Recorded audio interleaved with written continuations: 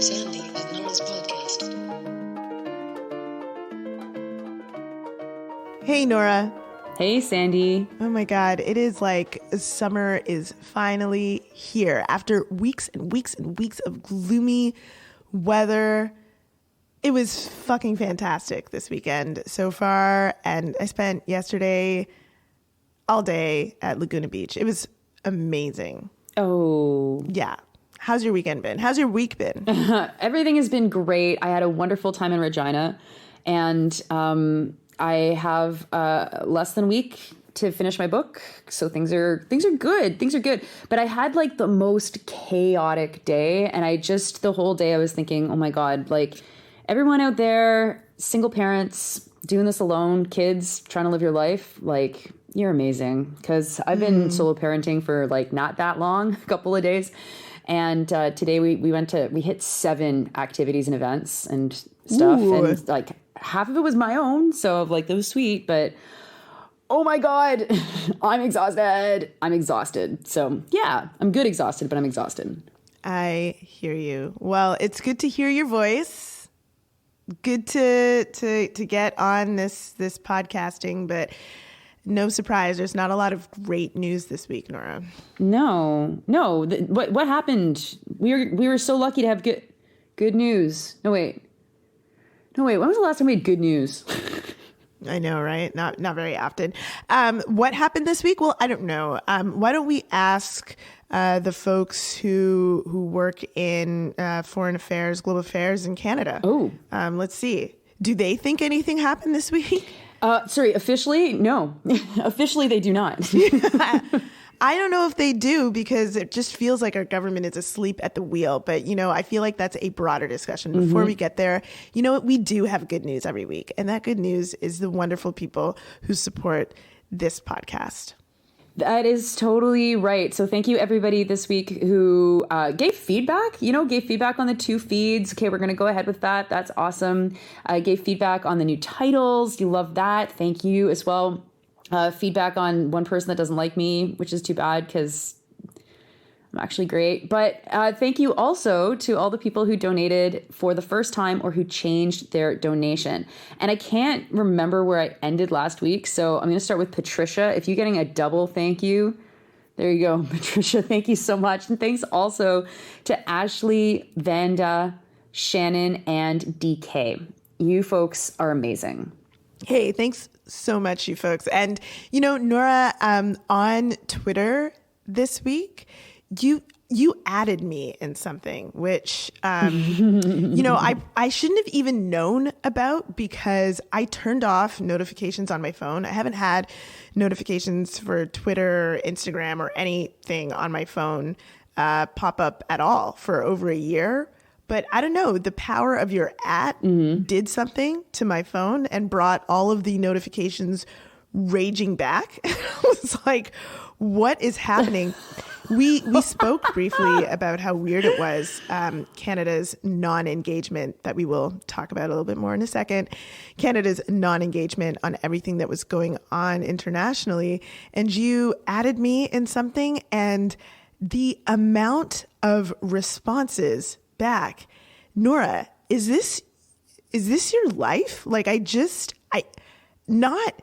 is impossible that all of those people who responded like immediately, tagging me, of course, were real. Like they can't be all real people. Like I am very confident that many of these people were bots because they start arguing about, basically it was just like, Nora loves the oppressive regime in Iran is what it turned into. I was like, what? Didn't you know? Is this your life? Is this how you exist online? Yeah. So for everyone who's not aware, I have been, identified, marked in some way on Twitter such that almost everything I respond to either gets 0 reactions, like literally like maybe 1 or 2, or thousands of reactions. Like, there doesn't seem to be much in between. So I'll give you an example. 2 hours ago, this is Sunday night, 2 hours ago, I posted this tweet, okay? There are full generations of people who will never support anything Israel touches for the rest of their lives. Okay? Not like a super profound tweet at all. Like just a fucking, it's Sunday night, I'm tweeting, and that's obvious, right? Sandy, that was 2 hours ago. Do you know how many people have replied? Oh, God. I hope 2.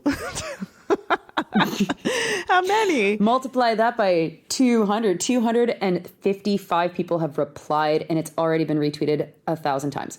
So, yeah, that's my life. Now, the thing is that there are filters on, so I actually do not see 95% of that. I didn't even realize that had been so reacted to until just now when you started talking about it. I was like, let me see like just where my regular tweets are at. And it's like, oh, that's where it is. That's where it is. So it's real online, the attempt to try and silence and bother and chase people off the internet, which is also why, I ask people to be a little bit patient with me sometimes because, when I do see it, it's like, oh, wow. But yeah, it intends to try and make sure that I lash out or I leave the platform. And luckily the filters have been working in the last couple of months, but yeah, it has the power to render my social media account completely unusable. Wow, that's really something. And I mean, it's also, speaks to the power of social media to get certain ideas forward, because all the bots are saying the same thing. Like, it's not like random bots. They're all saying, like, they're saying different levels of intensity of the same thing. And so for anyone who's like looking at that and who is drawn to like the opinion of the majority or of average people in making their own opinions, what they see is immediately a judgment about you, and also some sort of opinion on international affairs vis-a-vis Canada, although it doesn't really, I mean, it goes way farther than that with this particular tweet. And it's just, it's really weird. It's obviously being used in all sorts of ways in politics right now. But I don't know. I feel like it would be really interesting to understand how you got to be the target of this in particular, and like what was the impetus, and then also who's paying for it. Because I do see that, some of these people, it's clear, are real. Okay, that it's obvious. It's obvious who's real, and it's also very obvious who's not. I mean, from like the fact that many of the responses say the exact same thing, to the other responses that are just like people being like, come look at my porn. So I like who's paying for that? Like if there's anyone out there who wants to do like some sort of analysis on this or help us figure out how we figure it out, I'm sure someone's already done it. I'll take a look at it. But I think it might be worth trying to figure that out, because how bizarre. It's totally bizarre. And honestly, like, as you say, most of them do feel like bots, but like I've got this one guy that's like dug up the first thing I said about Palestine after October 7th, which was on October 7th. And the guy's followed by like, tens of thousands of people. So he's probably real. And it's just like, why? Not to mention like the tweet that I wrote is like right and good. But yeah, it's just all part. Honestly, I think it's really goes back to Israel, even though that tweet was about Iran. Israel's playing a very big online game to try and change people's minds. And it's like, yeah, that's not going to work. You folks are fucking incinerating Rafah as we speak. And so no number of random bots are going to change people's minds. Yeah, it's definitely like, puts also the discussion in the United States around TikTok into perspective. It's like, is this China spying, or is this because that this sort of spying and engagement type of manipulation is happening? and how deep do you know? Anyway, all that's to say, I've returned off my notifications, and I hope it stays that way. You didn't like to see what the hell that I live in, eh? No. Yeah. That was weird. Yeah. Yeah, it's brutal. But we are talking about Israel and Palestine tonight and today or whenever you're listening to us, because, of course, things have continued to get worse. Israel has continued to get worse. And maybe let's start in like chronological order, because that, that's like, as they say in The Sound of Music, it's a very good place to start, the beginning. So we recorded last week on Sunday night, and early Monday morning, early in the North American time zones, there was a very big announcement, and everybody knows about this announcement. And Sandy, our political leaders were right off the bat reacting to this announcement, weren't they? Absolutely not. It was really stunning. So yeah, right after it felt like just mere hours after we recorded, the news came out that the chief prosecutor for the International Criminal Court was seeking arrest warrants for Netanyahu and other top Israeli officials because of the genocide that is going on in Gaza. And of course, as you might imagine, countries around the world responded by talking about what their positions were. Some countries, notably in Europe, announced that they would be recognizing a Palestinian state. Some countries were more like, we recognize the independence of the ICC and look forward to blah, blah, blah. Mm-hmm. And Canada... I searched because I was like, they have put themselves in a rock and a hard place. So I'm curious as to how they are going to respond to this, given the last thing that they said about the International Court of Justice was that they would respect, what was going on with the international courts. And all of Monday, I saw nothing from Melanie Joly, who mysteriously stopped tweeting, and nothing from Trudeau. I went on the actual Government of Canada website. I tried to see if there were any press releases. Like literally every other country said something, and it was for sure in Canada's peer group, and Canada, nothing. Like what is happening in our government? But nothing, Sandy, apparently. It was a holiday. Okay. I mean, okay, it was a holiday. That should not stop breaking international consequential news like this. No. And you know what? Fine, I'll give it to you. It was a holiday. What happened on Tuesday? Well, Tuesday morning, I think you messaged me to say, have they really still not said anything? That is true. That is what happened. I think you messaged me on Monday night, like on Pacific time, and I woke up on Tuesday morning. That was the first thing I saw. And I was like, I will look at this later on. Yeah, so there was no reaction in Canada. And so there's kind of two pieces to this. There's the government reaction, and there's a way that journalists covered it or didn't cover it. And so here we have a close ally of Canada has been now declared potentially being war criminals.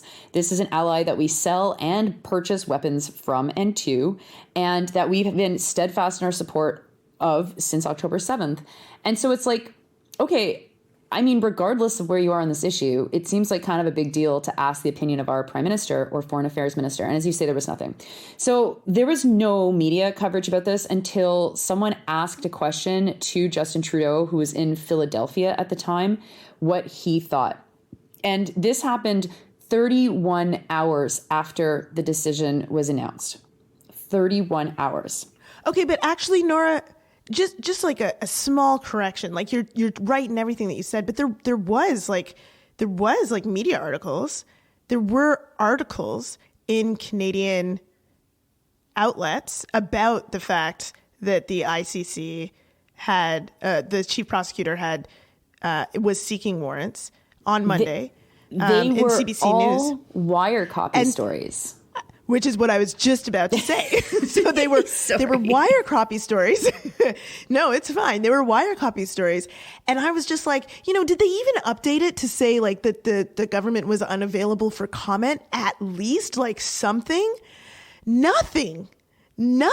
Zero on Monday. So sorry, go ahead, continue. Well, and that's a really important point because a lot of people don't understand the difference. Because when I asked, like, okay, so they're asked or said both online, like, there's no news on this, people would send me, oh, no, there was something, like it was mentioned on the radio, or here's the Associated Press that, CTV republished or whatever. And so on Tuesday, I sent an email to the ombudsman for the CBC, and I was like, I know that I probably can't make a complaint about articles that haven't yet happened, because the ombudsman's job is to investigate articles that have happened. But how does it make any sense that there's nothing in CBC with the exception of an analysis piece that was explaining the difference between the ICC and the ICJ? Which what I said to him was like, this is like not news. This is standing in for news. This is fake.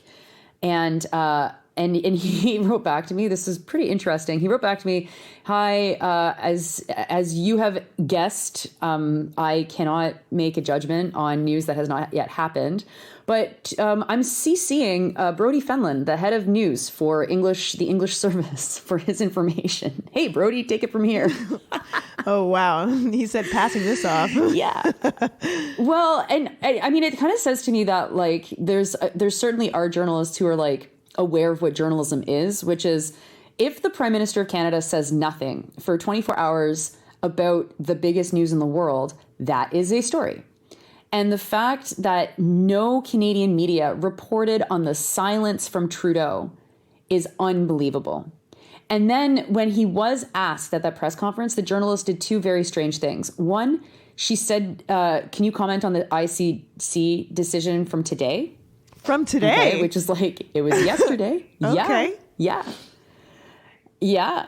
And then the second thing, and it was like, I'm not going to say that she did that intentionally to make Canadians forget that there's such a gap between when it was announced and when we were actually hearing our Prime Minister say something. But it is very strange that she said today and that Trudeau didn't correct her. And then the second was that she actually fed him the line, which was, and do you accept this equivalence between Hamas and Israel with both of their leaders being named as war criminals? Oh, my God. Yeah, I was like, you didn't have to do that. You could have asked him for an opinion and just let him say that. Because, of course, that's what all the headlines were afterwards. Like, that's what the big news was that Trudeau rejects the equivalency. So that didn't even come from Trudeau. That came from the journalist.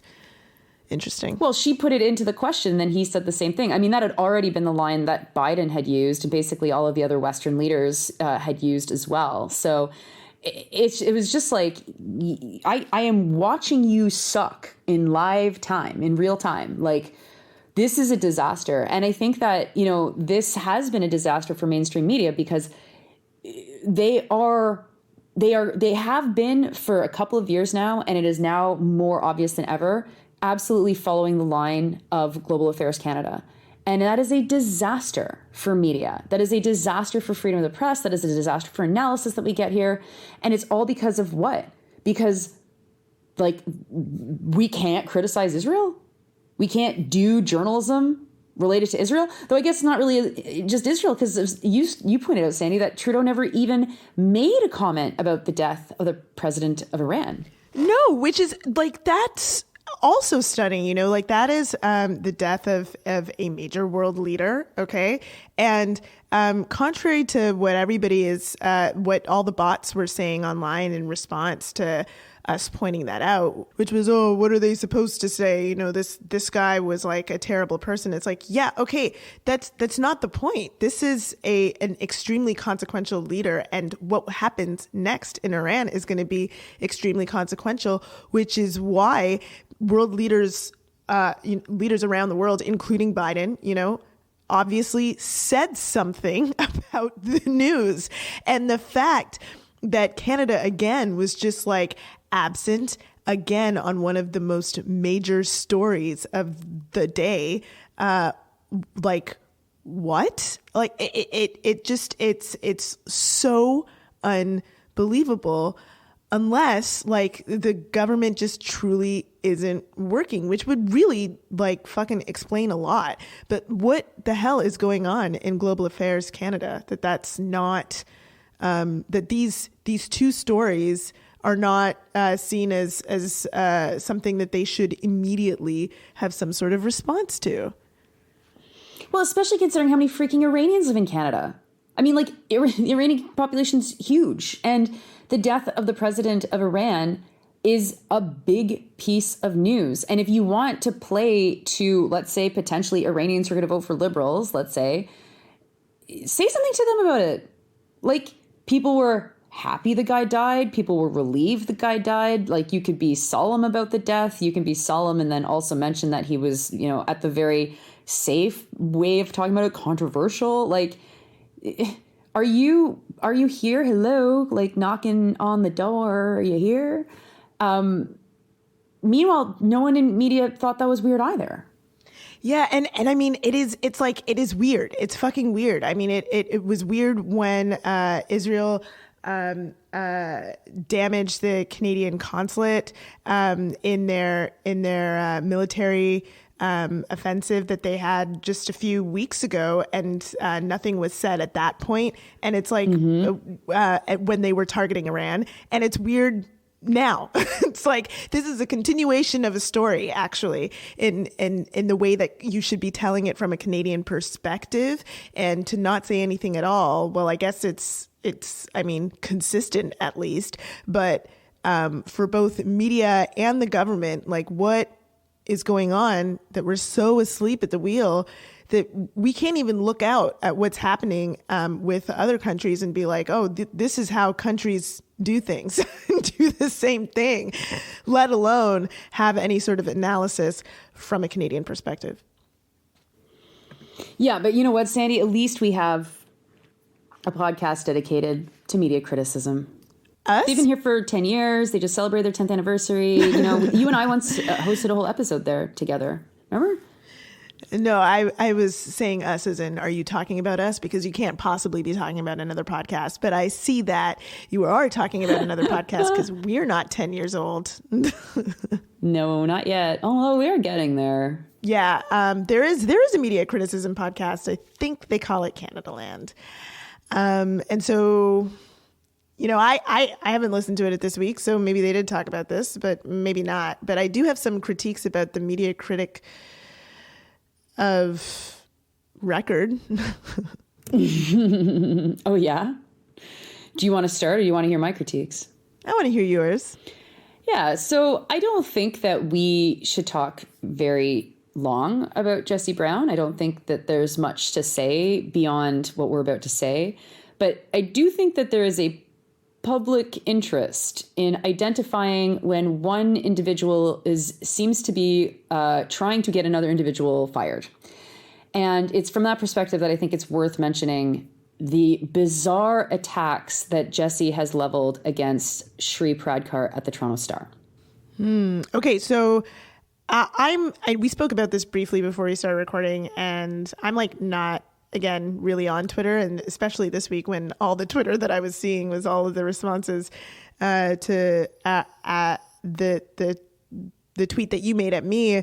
But I actually don't really know what the new update is. I know that in the past, since October 7th, Jessie has focused some of his ire on Shree Paradkar, and that included suggesting that she had lost a job or she had been reassigned at the Toronto Star from her position when it sounded like instead what actually happened was that she was included in the union and wasn't reassigned from her position as some sort of consequence of her report analysis and support for Palestinian people.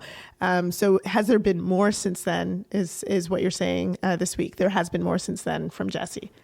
Yeah, so he came after Shree, I think it was the day that she had broken the news that the folks who had been charged in vandalizing the Indigo in Toronto had their charges quietly dropped.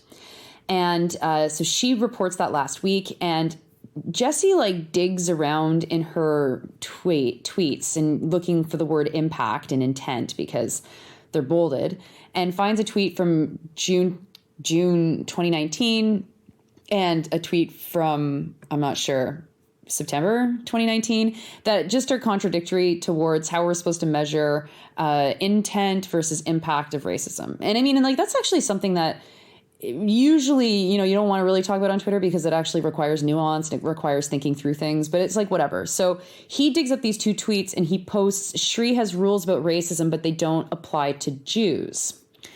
And I have to say that I don't think either of the tweets that she posted was related to being Jewish, except for the fact that Jessie's making the argument that even though, let's say for him, there was no intent to be anti-Semitic by vandalizing an Indigo, it was anti-Semitic because the owner of Indigo, in addition to funding a program for IDF soldiers, is also Jewish. So in Jessie's world, any act against a Jewish business, whether or not the intent was anti-Semitic, it makes it anti-Semitic, I guess. So Shree responds to say, meanwhile, in Gaza, where continuing Israeli atrocities are triggering mass protests in Canada worldwide, at least 35 people, including children, reported to be killed in fresh bombardment. To which Jessie responds, revealing, when I bring up racism against Jews here in Canada, Shree replies with, meanwhile in Gaza. Every pro-Palestine voice who believes criticism of Israel is not criticism of Jews should object to the assertion that harm to Jews in Canada is acceptable because it pales to the suffering of Gazans. Jews around the world are not responsible for Israel's actions. I mean, no shit, dude, but Sandy, take this apart for us. There's just so much there that like my head hurts. So number one, the harm that he's referring to is the washable paint on the side of Indigo. That's the harm? And there may have been a poster. There might have been a poster or two, maybe 3 posters. I'm not sure. They seem like postering people. So. And we're not talking about the early morning raids that went on to criminalize the people who were expressing their freedom of expression against the siege, the genocide, and the mass displacement of Palestinian people.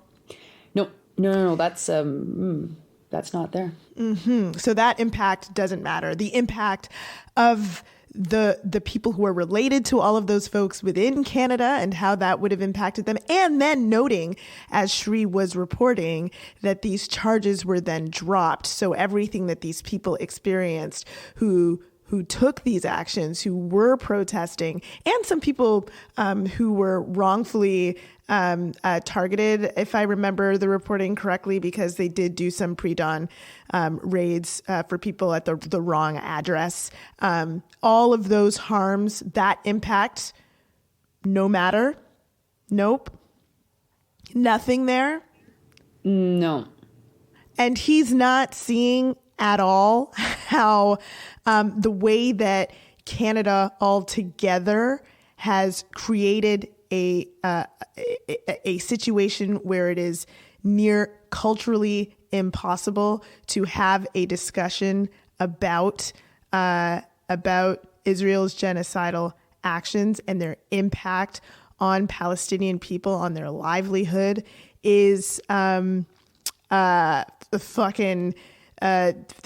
sort of an action that's been taken that is having a huge impact no matter what the intent is. He's not seeing that at all. That's not part of the calculus here. Because the thing that's really missing, which is related to what we talked about last week, is an analysis of power. This like the idea, the warping of the words of intent and impact and so on, like all of this stuff that has been whittled down to like whispers of what their concepts actually mean are more complicated than just, or not even complicated, because it's not complicated. They are more robust than just like the superficial idea of what the word impact means and what the word intent means. When we're having these discussions talking about racism, racism is a concept that intrinsically includes a power analysis. So is xenophobia. So is genocide. Okay. And so trying to respond to what Shree is saying without that power analysis embedded in what you're saying is not only like fucking false, weird, like, I don't know, like a trolley fucking Reddit type analysis. It's also deeply dishonest coming from someone like Jesse, who should absolutely know better, given all of the reporting that he's done over the years, but also all of the people that he has employed to do reporting over the years have done on his news program. Yeah, no, and you know, he is paying attention to trends. He's just managing to get them really backwards and wrong. He's going to be doing a talk coming up soon called "The Slow Pogrom: Anti-Semitism in Canadian Media," and it's like, you know, Jesse Brown can talk whatever the fuck he wants. He can talk. He can be hired to talk wherever he's like. He can do that, but I as someone who has been fighting and writing about and arguing over and resisting, it's in particular Islamophobia in the Canadian media, knowing that at least 11 Muslims have been killed in Canada by far-right Islamophobic violence, and probably more. I actually haven't had a chance to really go through those numbers, but it's been 11 at least since 2017. It's like, are you fucking kidding me? You know, like at some level, like there has to be consequences for this kind of fucking just blatant lying. And, you know, you can talk about anti-Semitism and how it might manifest in Canadian media, but you're calling it a slow pogrom, or when literally people have died as a result of media coverage in this country. When people die as a result of the media covering anti-Black racism, covering colonial structures, and in racism against Indigenous people die as a result of that. And you're fucking talking about anti-Semitism killing people in Canada, while also trying to get like the only mainstream journalist in Canada who's been courageous enough to write about the stuff fired. Like, I'm sorry, are you fucking kidding me?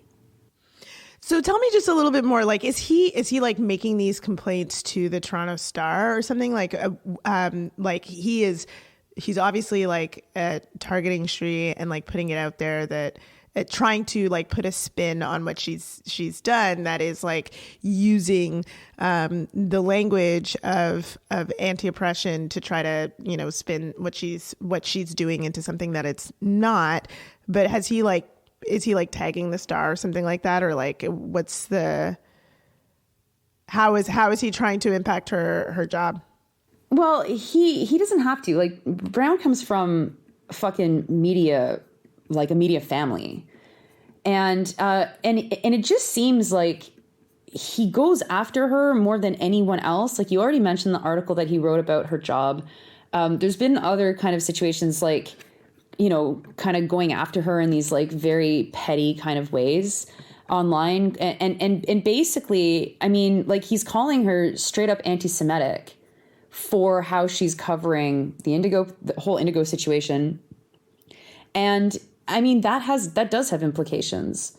For example, like, he's never responded to me ever. The last time we had an exchange was like 2 weeks after October 7th. And then he's never, ever come like after me for anything. It's because I have no one's firing me. Like, I don't have any position. No one of any level of income in this country they can just ignore me. But Shree still has a position at the Toronto Star.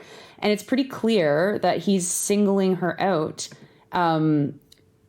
because she is one of the few people that actually has been writing about Gaza. It's just really sick. And it's just like, I feel like it's necessary to raise because there are not enough mainstream journalists that are defending Shree Paradkar and her work.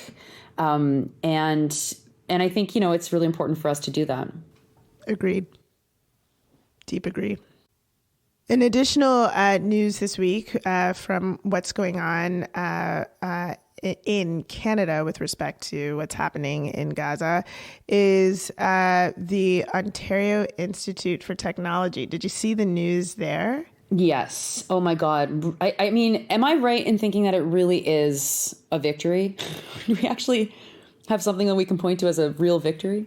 Yeah, it's definitely a victory and something that can be, shared with other student activists, not only around the country, but around the world as to what a victory looks like.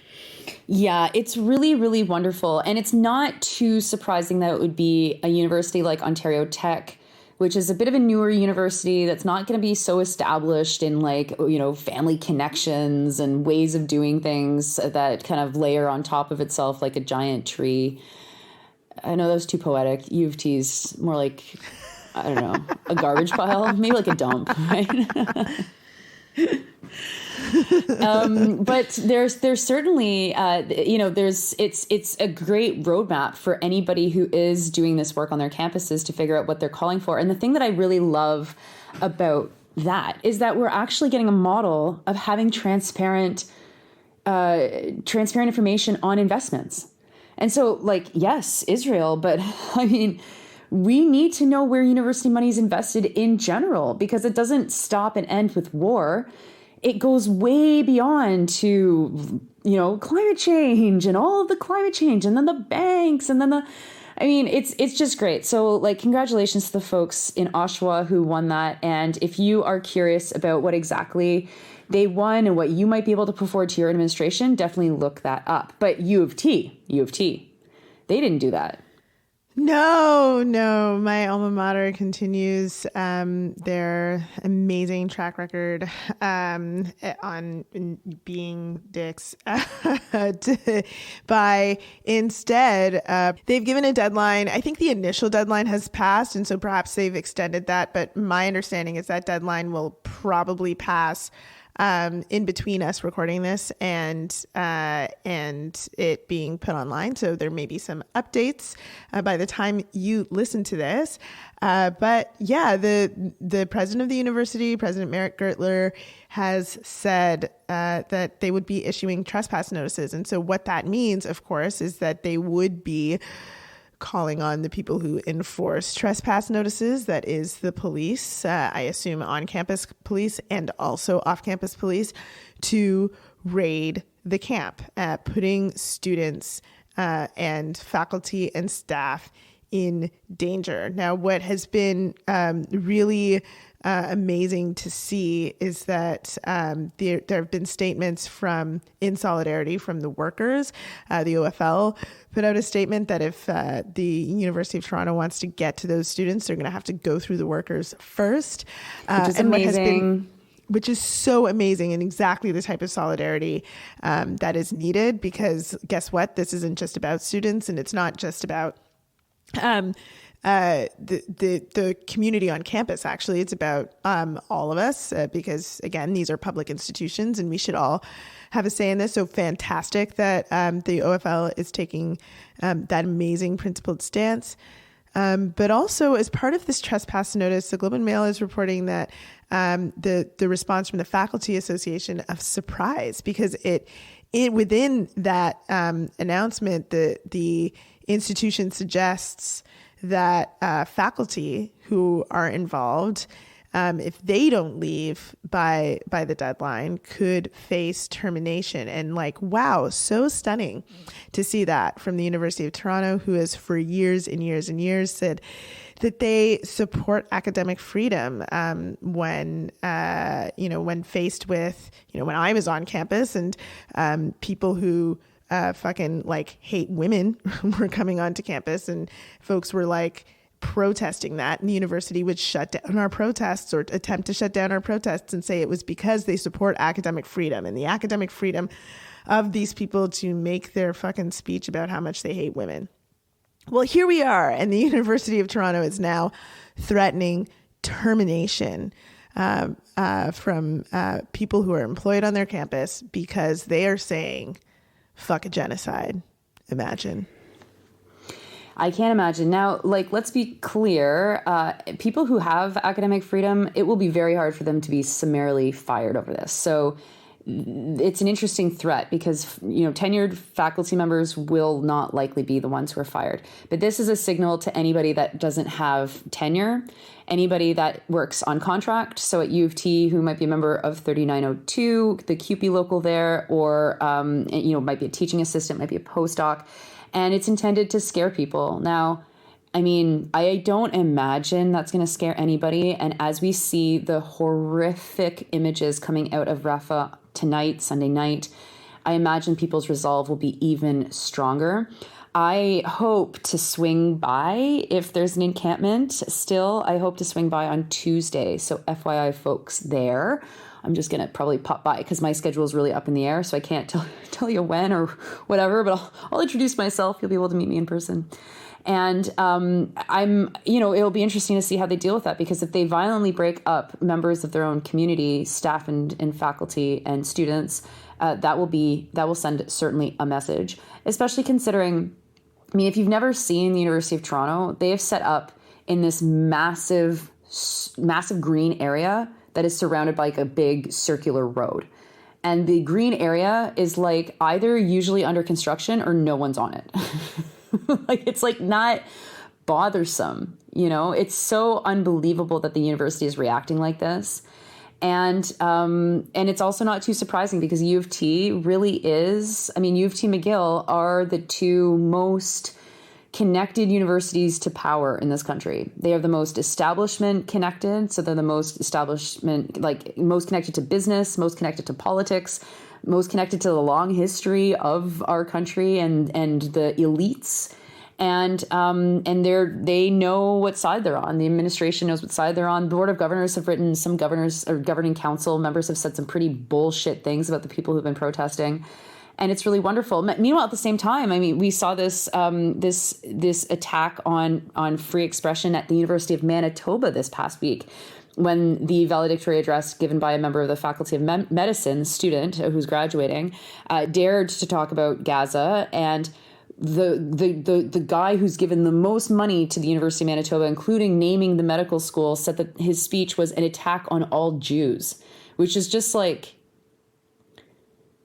going back to Jesse Brown. Yeah, if you conflate Jews with Israel, that seems pretty anti-Semitic, but I guess you can do it if you're a super rich guy who owns medical schools. So the attacks are ramping up, and so is the violence somehow still in Rafah. And I wish I could say that I was surprised by the conduct of the University of Toronto and by Merrick Gertler, but I'm not. And I don't imagine you are either.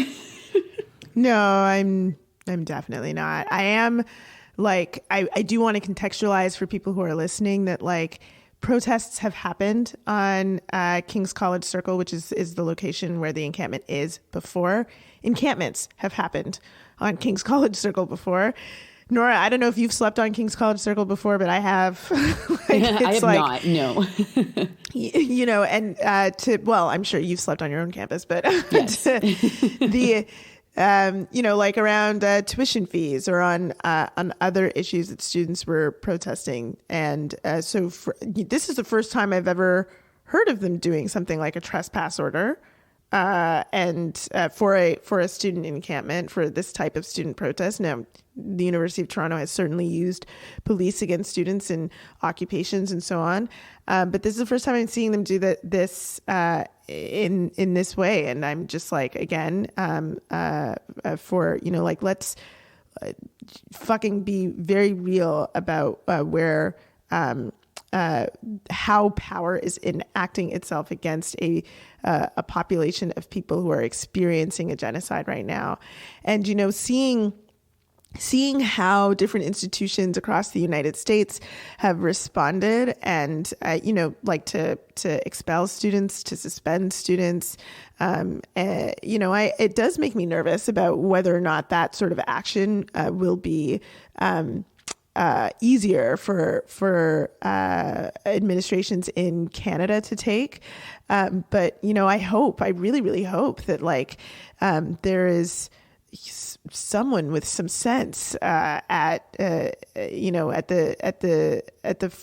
head of these institutions who are thinking to themselves, is this the legacy that I want? Because again, even in the most cynical analysis of this, if Merrick Gertler, if you're just thinking about yourself here, like just look back into the past at any other one of these these flashpoints.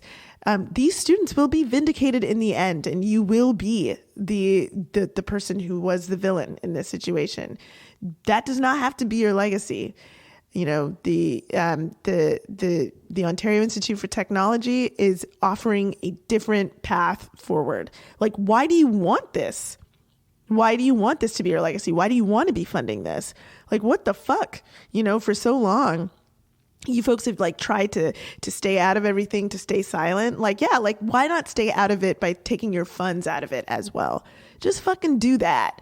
And, you know, don't send a fucking increasingly militarized force to attack your students, your faculty, your campus community, because I guarantee you, if you're thinking that that's going to end things or resolve things, make sure that this is over, no, it's going to extend it. It's going to make it even worse. I fucking guarantee it. I mean, God, look at my other alma mater right now. Another encampment has been set up already, and, you know, things at UCLA, and things are extending because the students and the faculty are not going to give this up. And we know we're on the right side of things. I mean, so for fuck's sake, get it together. Who are the people at the top making these decisions? Get it together. And Jesus, like, stop crawling over yourselves and turning yourselves into knots to figure out how you can continue to support a genocide. Like, why is that the thing that's taking up your time? Just do the right thing.